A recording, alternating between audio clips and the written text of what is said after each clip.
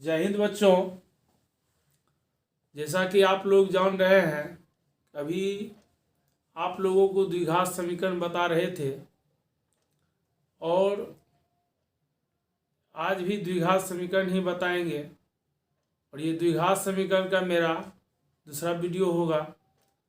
और पिछले वीडियो में आप लोगों को बताए थे द्विघात समीकरण क्या होता है, द्विघात समीकरण का व्यापक रूप क्या होता है। द्विघात समीकरण के व्यापक रूप के बारे में बताए थे कि द्विघात समीकरण का व्यापक रूप ax² + bx + c बराबर 0 होता है, जहाँ पर शर्त रहता है a ≠ 0, अर्थात a 0 के बराबर नहीं होनी चाहिए। अगर a 0 के बराबर हो गया तो द्विघात समीकरण ना होकर के रैखिक समीकरण हो जाता है। तो हमेशा ये याद रखना है द्विघात समीकरण का व्यापक रूप क्या होता है। तो द्विघात समीकरण का व्यापक रूप ax² + bx + c बराबर 0, जहाँ a ≠ 0 होता है। ये परीक्षा में भी ऑब्जेक्टिव प्रश्न के तौर पर पूछा जाता है, इसलिए आपके परीक्षा के दृष्टिकोण से भी ये क्वेश्चन बहुत महत्वपूर्ण हो जाता है।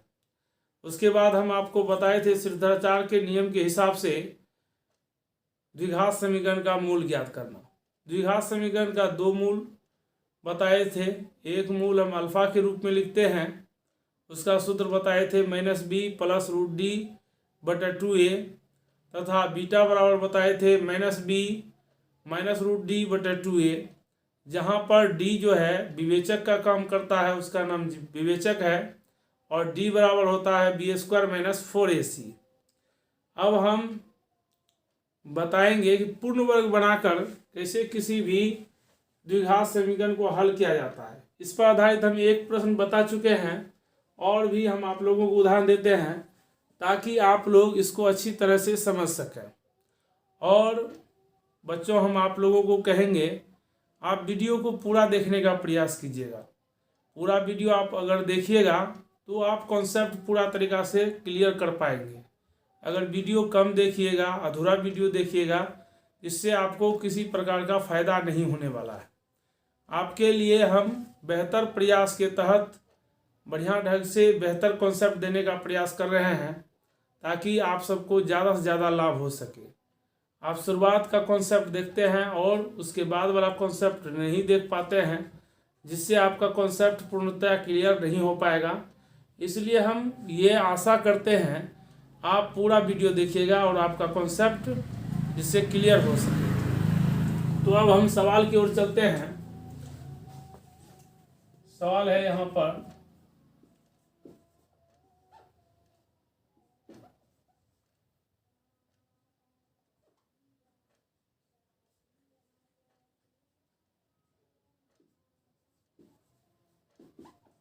सवाल है 3x² - 10x + 8 बराबर 0। इसको हम पूर्ण वर्ग बनाकर हल करेंगे। को पूर्ण वर्ग बनाकर हल करें। सवाल में है 3x² - 10x + 8 बराबर 0 को पूर्ण वर्ग बनाकर हल करें। तो सवाल हम देख रहे हैं 3x² - 10x + 8 बराबर 0। यहाँ पर x² का गुणांक 3 आता है। तो पिछले वीडियो में भी हम आप लोगों को बताए थे जो x² का गुणांक होगा उससे हम सब में जो भी LHS साइड में है, मतलब बाईं ओर है, उसमें उससे भाग देंगे और दाईं ओर भी उसी संख्या से भाग देंगे। यहाँ पर हम लिखेंगे 3x² - 10x + 8 समूचा पर बटा दे देना है 3 बराबर 0/3। अब हम इसको अलग अलग करेंगे तो हो जाएगा 3x² / 3 - 10x/3 + 8/3 बराबर 0/3, मतलब 0 होगा। अब हम यहाँ पर 3 कैंसिल कर देंगे और कुछ कटने वाला नहीं है। तो अब हम लिखेंगे x² - 10x/3 + 8/3 बराबर 0। अब मेरा जो ये अचर पद है, इस अचर पद को हम 0 की ओर ले जाएंगे, मतलब दाईं ओर ले जाएंगे। अब लिखेंगे एक्स स्क्वायर माइनस 10x बटा 3 बराबर 0 माइनस 8 बटा 3। अब हो जाएगा एक्स स्क्वायर माइनस 10x बटा 3, 0 में माइनस 8 बटा 3 घटाएंगे तो माइनस 8 बटा 3 आएगा। अब एक्स स्क्वायर का वर्गमूल x आता है, अब हम लिखेंगे x का होल स्क्वायर माइनस, अब ये जो इसको विस्तृत जो करेंगे ये होगा a माइनस बी के होल स्क्वायर का सूत्रफल। तो a माइनस बी का होल स्क्वायर होता है a square minus 2ab plus B square. आपको बीज गणित का जितना भी फॉर्मूला है सब याद रहना जरूरी है। अगर बीज गणित का सब फॉर्मूला याद है तो आपको कहीं भी दिक्कत नहीं होने वाला है। वैसे फिर भी हम बीज गणित का जितना भी फॉर्मूला होता है एक दिन आप लोगों को लिखा देंगे। अभी जो यहाँ फॉर्मूला यूज होने वाला है वो आपको बता रहे हैं। यह फॉर्मूला होगा a माइनस बी का होल स्क्वायर बराबर a square minus 2ab plus B square. तो ये स्क्वायर तो प्राप्त हो गया है। अब सूत्र से आएगा माइनस 2ab। सूत्र से पहले लिखेंगे 2 इंटू a की जगह पर मान आएगा मेरा यही, यहाँ पर जो x है वही हो जाएगा a, तो यहाँ पर लिखेंगे x इंटू, अब b की जगह पर क्या लिखना है, अब यहाँ से मिलाएंगे x तो मिल रहा है, अब 10/3 बचता है तो 10/3 दे देंगे, लेकिन ऊपर में 2 आ रहा है तो इसलिए नीचे में गुना कर देंगे 2 से। अब इसको थोड़ा कटा कर देखते हैं, एक बार में कटेगा, ये 5 बार में कटेगा, अर्थात आएगा 5/3। ये तो कैंसिल हो गया, मतलब b की जगह पर मेरा मान आता है 5/3। यहाँ b की जगह b स्क्वायर होगा तो 5/3 का होल स्क्वायर।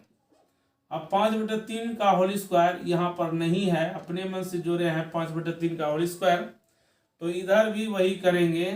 माइनस 8/3 पहले से था, अब इसमें प्लस कर देंगे 5/3 का होल स्क्वायर। अब हम आगे बढ़ेंगे। अब आ रहा है a square minus 2ab plus B square, मतलब a माइनस बी का होल स्क्वायर, a की जगह पर x, b की जगह पर माइनस 5/3 का होल स्क्वायर बराबर माइनस 8/3 प्लस 5 का होल स्क्वायर 25 होता है, 3 का होल स्क्वायर 9 होता है। अब आगे बढ़ेंगे, ये फार्मूला है आप लोग लिख लीजिएगा। अब आगे बढ़ेंगे तो हो जाएगा x माइनस 5/3 का होल स्क्वायर बराबर, अब 3 9 का लघुत्तम लेंगे, 3 9 का लघुत्तम 9 हो जाएगा।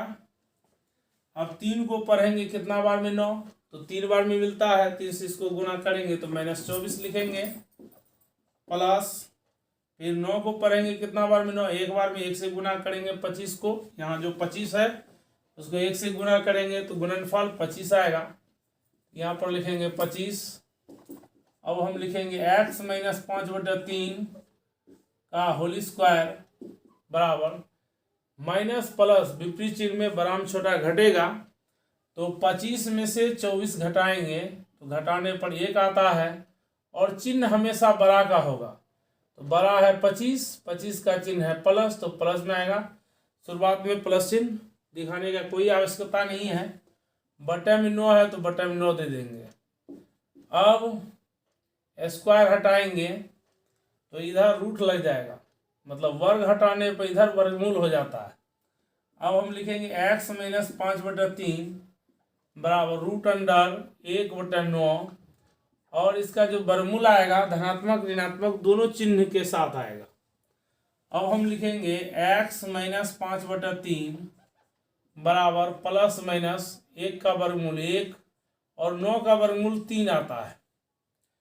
अब हम लिखेंगे चाहे x माइनस 5/3 बराबर प्लस 1/3, या तो हो सकता है x माइनस 5/3 बराबर 1/3, अथवा x माइनस 5/3 बराबर माइनस 1/3 होगा। तो अब हम लिखेंगे यहाँ पर x बराबर 1/3 प्लस 5/3। अब होगा x बराबर 3 का लघुत्तम 3 होता है, लिखेंगे 1 + 5। अब x बराबर होगा 1 + 5 6/3, 2 बार में कैंसिल, इसलिए x का एक मान मेरा 2 आया। अब दूसरा मान हम देखेंगे।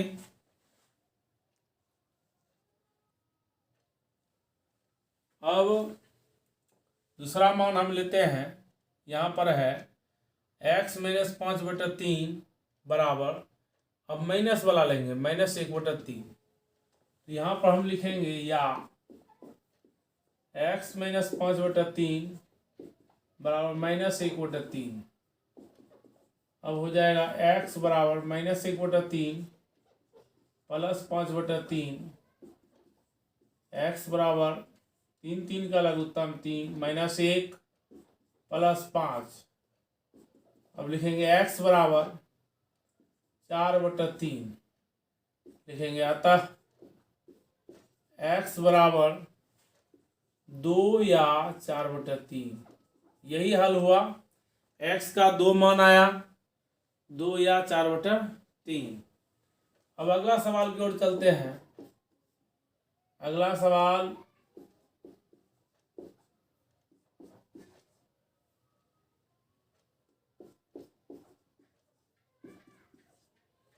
सवाल है 5x² माइनस 14x प्लस 8 बराबर 0। अब इसका हम मूल ज्ञात है, तो इसको हम हल करेंगे, पूर्ण वर्ग बनाकर हल करना है। अब हम क्या करेंगे, 5x² माइनस 14x प्लस 8 बराबर 0 लिखेंगे। अब x² का जो गुणांक है उससे हम भाग दे देंगे। यहाँ पर हम लिखेंगे 5x² माइनस 14x प्लस 8, समुच्चा पर बटा करेंगे 5 से। यहाँ पर भी हम लिखेंगे 0/5। अब इसको अलग अलग करेंगे, हो जाएगा 5x² बटा 5 माइनस 14x/5 प्लस 8/5 बराबर 0/5, 0 हो जाएगा, 5 5 कैंसिल हो जाएगा। अब हम लिखेंगे x² माइनस 14x/5 प्लस 8/5 बराबर 0। अब x² माइनस 14x/5 बराबर, इस अचर पद को इधर लाएंगे तो हो जाएगा 0 माइनस 8/5। अब x² का वर्गमूल x का whole square minus 2 into X into, अब ऐसा यहाँ पर मान लिखना है कि गुना करके 14x/5 आए, तो यहाँ पर लिखना पड़ेगा 7/5, 7 गुना 2 14, x का x/5। उसी ढंग से लिखे हैं जैसे पहले लिखते थे, यहाँ 14/5 लिखते, बटे में 2 लिखते, 2 से ये कटेगा 7 बार में, तो 7/5 आता है, तो यहाँ पर लिख दिए 7/5 प्लस b² मतलब 7/5 का होल स्क्वायर बराबर माइनस 8/5 प्लस 7/5 का होल स्क्वायर। अब हम लिखेंगे a माइनस b का होल स्क्वायर, x माइनस 7/5 का होल स्क्वायर बराबर माइनस 8/5 प्लस 49/25। अब हम लिखेंगे x माइनस 7/5 का होल स्क्वायर बराबर 5 और 25 का लघुत्तम लेंगे तो 25 आएगा। 5 को पढ़ेंगे 25 5 बार में मिलता है, तो 5 से गुना करेंगे तो माइनस 40 प्लस 49। अब हम लिखेंगे x माइनस 7/5 का होल स्क्वायर बराबर, इसको घटाएंगे 9/25 आएगा। इससे आगे चलेंगे तो अब हम वर्गमूल निकालेंगे। यहाँ पर जो स्क्वायर है, स्क्वायर हटाने पर दूसरी ओर हो जाएगा वर्गमूल, रूट में आएगा, और रूट में चिन्ह प्लस माइनस दोनों होता है। तो यहाँ पर हम लिखेंगे x माइनस 7/5 बराबर रूट अंडर 9/25। चिन्ह में धनात्मक ऋणात्मक दोनों आएगा। अब हम लिखेंगे x माइनस 7/5 बराबर प्लस माइनस 9 का वर्गमूल 3, 25 का वर्गमूल 5। अब लिखेंगे चाहे x माइनस 7/5 बराबर प्लस चिन्ह की ओर से, प्लस चिन्ह के द्वारा चलेंगे तो प्लस में 3/5। अब लिखेंगे x बराबर 3/5 प्लस 7/5। अब लिखेंगे x बराबर 5, 5 का अलग उत्तम 5। अब लिखेंगे 3 + 7। अब इसको आगे हल करेंगे, यहाँ पर हल कर देते हैं तो हो जाएगा x बराबर 3 + 7 10, 10/5। अब इसको कटा देंगे, 2 बार में कटेगा, इसलिए x का रिजल्ट आ गया 2। अब दूसरा रिजल्ट निकालेंगे, x माइनस 7/5 बराबर, अब माइनस से चलेंगे बराबर -3/5। अब हम लिखेंगे x बराबर -3/5 प्लस 7/5। अब x बराबर 5, 5 का लघु उत्तम 5। अब -3 + 7। अब लिखेंगे x बराबर, इसको घटाएंगे तो 4/5 लिखेंगे, अतः x बराबर 2 या 4/5। यही आंसर हो गया। अब जो है और सब जो सवाल है वो एक्सरसाइज में बताएंगे। आपके अभ्यास के लिए यहाँ तक बता दिए हैं और हम आशा करते हैं आप लोग समझ गए होंगे। इससे अब आगे चलते हैं। अब हल करना है गुणनखंड विधि द्वारा। परीक्षा में बहुत बार पूछा जा चुका है कि द्विघात समीकरण को गुणनखंड विधि द्वारा हल करें। अब गुणनखंड विधि द्वारा इसको हल करना है। जैसे कि इस सवाल है 4x²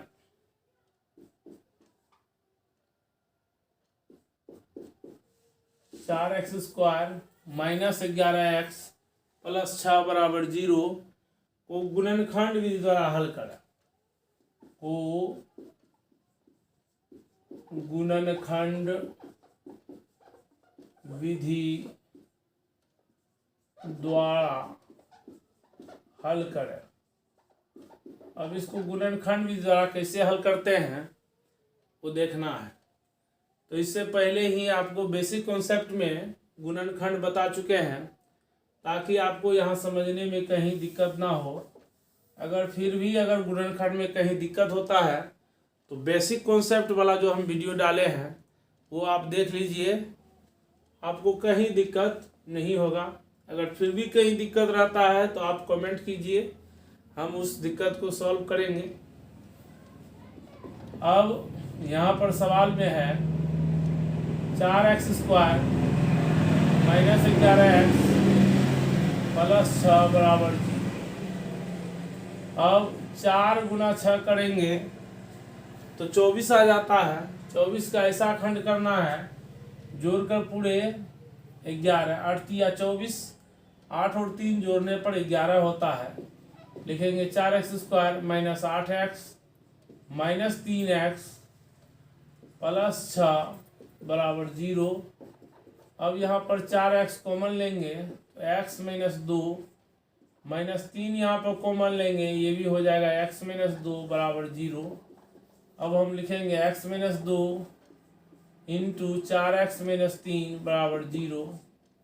अब लिखेंगे चाहे x - 2 = 0, इसलिए x बराबर हो जाएगा 2, या 4x - 3 = 0, तो 4x बराबर होगा 3, इसलिए x बराबर मान आ जाएगा 3/4। लिखेंगे अतः x का मान हो गया 2 या 3/4। ठीक है। अब इसी सवाल को द्विघात सूत्र से ज्ञात करते हैं। गुणनखंड वाला जितना भी सवाल है, गुणनखंड अगर आप सीख गए हैं इसी ढंग से बना लीजिएगा। अब इसको हल करेंगे। जैसे सवाल में रहेगा द्विघात सूत्र से 4x² - 11x + 6 = 0 को हल करें। अब इसको द्विघात सूत्र से कैसे हल करेंगे, अब ये हल करने के लिए हम सीखेंगे। तो सबसे पहले बोर्ड जो भर चुका है उसको मिटा लेते हैं, उसके बाद जानकारी देते हैं।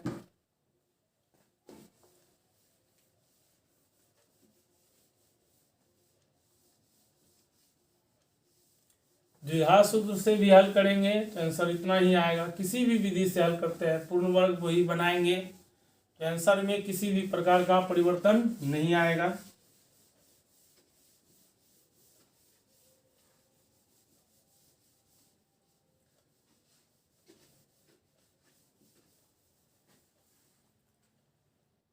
अब देखिए यहाँ पर x² का जो गुणांक है उसको a से सूचित करते हैं तो a बराबर होगा 4, b बराबर -11, c बराबर 6 है। तो d बराबर निकालेंगे, d बराबर सूत्र होता है b² - 4ac। अब b का मान है -11, तो यहाँ पर लिखेंगे -11 का होल स्क्वायर -4 गुना a का मान है 4 गुना c का मान है 6। अब 11 का होल स्क्वायर हो जाता है 121 माइनस 4 गुना 4 16, 16 गुना 6 96 हो जाएगा। अब इसको हम घटाएंगे तो घटाने पाएगा 25, घटाने पर मान मेरा आ जाता है 25। अब अल्फा बराबर सूत्र जानते हैं -b + √d बटा 2a होता है। यहाँ पर लिखेंगे माइनस b का मान, यहाँ पर देख रहे हैं b का मान -11 है तो यहाँ पर लिखेंगे -11 प्लस √d, d का वैल्यू 25 बटा 2 गुना a का मान है 4 तो यहाँ पर लिखेंगे 4।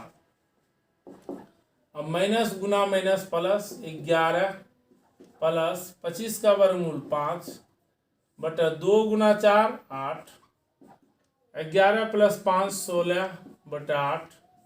इसको हम कटाएंगे, 2 बार में कैंसिल हो जाएगा। फिर अब बीटा का मान निकालते हैं। बीटा बराबर होगा -b - √d बटा 2a माइनस सूत्र से आएगा। अब b का मान बैठाएंगे, यहाँ पर b का मान -11 है तो यहाँ पर हम दे देंगे -11 माइनस √d, d का वैल्यू 25 बटा 2 गुना a का मान, अब a का मान 4 है तो यहाँ पर 4 देंगे, माइनस गुना माइनस प्लस 11 माइनस 5 बटा 2 गुना 4 8। अब इसको घटाएंगे तो 6 बटा 8 आएगा। इसको कटा देंगे 2 से 3 बार में, ये 4 बार में, अब आएगा 3 बटा 4। देखिए इससे पहले भी मेरा रिजल्ट आया था 2 या 3 बटा 4 और यहाँ पर भी मेरा रिजल्ट आ रहा है 2 या 3 बटा 4। लिखेंगे अतः x बराबर, ये अल्फा बीटा x का ही रूप है, 2 भाग में विभक्त है तो x बराबर हो जाएगा 2 या 3 बटा 4। ये हो गया आंसर। ये द्विघात सूत्र के प्रयोग से हम मान निकाले, इसको हल किए हैं। अब हम इससे आगे चलते हैं। अब मूलों की प्रकृति की ओर चलते हैं। मूलों की प्रकृति परीक्षा में पूछा जाता है। मूलों की प्रकृति लिखें अथवा आता है मूलों की प्रकृति ज्ञात करें। द्विघात सूत्र, द्विघात समीकरण दिया हुआ रहता है और मूलों की प्रकृति पूछता है। सबसे पहले किस स्थिति में क्या मूलों का प्रकृति होता है उसके बारे में चर्चा करते हैं। मूलों की प्रकृति विवेचक के मान पर निर्भर करता है। विवेचक का मान 3 स्थिति में देखेंगे। पहला 0 से बड़ा, दूसरा 0 के बराबर, तीसरा 0 से छोटा और इस तीनों स्थिति में मूलों की प्रकृति क्या होता है उसके विषय में हम चर्चा करेंगे।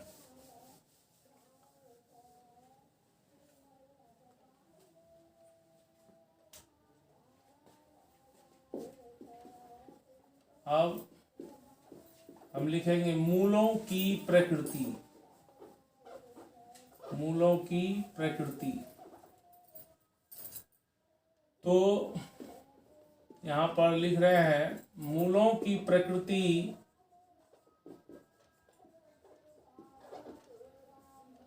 निम्नलिखित होती है। आप भी इसको नोट कर लीजिएगा, कॉपी कलम लेकर बैठिएगा और इसको नोट करते जाइएगा और नोट करके इसको याद कर लीजिएगा। मूलों की प्रकृति निम्नलिखित है। पहला है मूलों की प्रकृति, यदि विवेचक का मान 0 से बड़ा हो,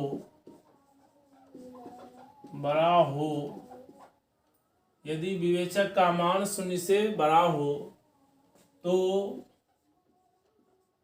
उसका मूल वास्तविक और असमान होता है। वास्तविक और असमान होता है। कभी कभी परीक्षा में इसी क्वेश्चन को दूसरे ढंग से पूछ दिया जाता है। विवेचक का जब मान हम निकालेंगे तो 0 से बड़ा आता है, तो वहां पर ऑप्शन में ऐसा नहीं रहता है वास्तविक और असमान। वहां पर ऑप्शन में हो जाता है वास्तविक और भिन्न भी रहता है। इस तरह से हमको ये याद रखना है, असमान रहे या तो भिन्न भी रह सकता है। ठीक है, इसलिए दोनों चीज हमको ध्यान में रखना है। यदि विवेचक का मान 0 से बड़ा हो तो उसका मूल वास्तविक और असमान अथवा भिन्न होता है। अब दूसरा मूलों की प्रकृति के बारे में जानते हैं। यदि विवेचक का मान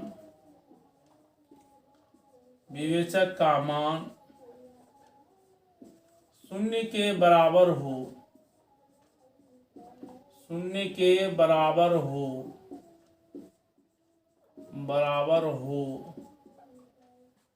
तो उसका मूल वास्तविक और समान को बराबर भी बोला जाता है। यहाँ बराबर भी बोल सकते हैं, वास्तविक और